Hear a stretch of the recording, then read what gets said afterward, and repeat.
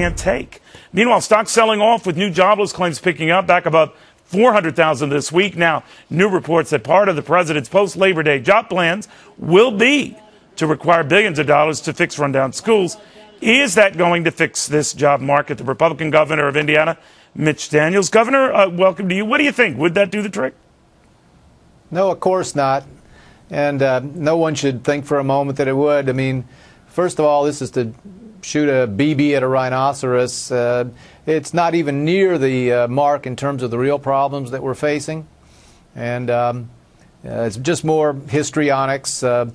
If we hadn't already learned our lesson about the government stimulus of this kind, I would have thought the last round of it by this administration would have taught us all. Joe Biden, who's in China now, has gone on record as saying, you know, stimulus was never given a chance to work because we didn't spend enough on it. I'm paraphrasing, Governor, but that does seem to be the administration's thinking in this post-Labor Day plan here and strategy, more stimulus. Yeah.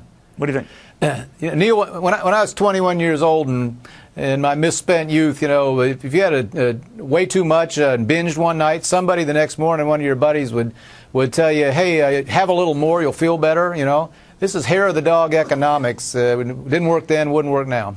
Okay, so you're saying we've got to just change our strategy now, be brave now. One of the reasons why you like Paul Ryan, the rising Republican congressman, House budget star, came up with this Medicare plan that's been vilified, I guess. A lot of Republicans, fellow Republicans, have kind of left him hanging on the vine. He's toying with a presidential run. It's a crowded field. Why do you think he should? Well, to clarify, I haven't said that he should. It's not for me to tell him whether this is right for Paul and his family. But when an outstanding young journalist called me yesterday and asked me about Paul Ryan, you can bet I said some very laudatory things. I think he's a terrific talent. He is forthright and knowledgeable and courageous. And he's got the general direction for this country right. And the single best thing that a president, it won't be this one, obviously, but that a president could do right now for growth and jobs and to reclaim American leadership in the world is to announce that we are going to change the safety net programs prospectively, not for the recipients of today or even the next few years, but so that there's something there for the younger people of this country, and that we're not going to crush them under the debt which we've now laid out to dominate their future. Paul Ryan has been the clearest voice. If he did decide to get in, he would enrich this debate and lift it up. He understands intuitively, I think, what's at risk right now, the American dream of upward mobility, the American necessity of a stable, hopeful middle class, and he knows how to restore it.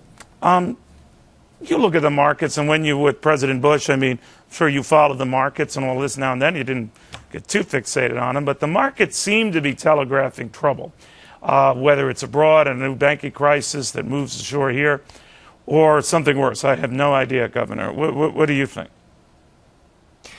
The only thing that surprises me is that anybody is surprised. You know, I'm born and bred optimist, but for the last year and a half, consistently, I've said I didn't like the looks of this economy. In particular, I was very worried about the burdens, the regulations, the obstacles, just the out-and-out hostility of this national administration to the private sector. The only place where the growth of the private sector is the only place where the salvation, both of our economy and, by the way, the federal government's fiscal mess lies. And yet, at a time when the growth of the private sector should be the overriding goal, every public decision should be tested against the question, will this make private sector growth more or less likely? This administration consistently gives it last place in its priorities. All right. We'll watch closely, Governor. Good seeing you again. Thank you. Thanks, Neil. Well, steered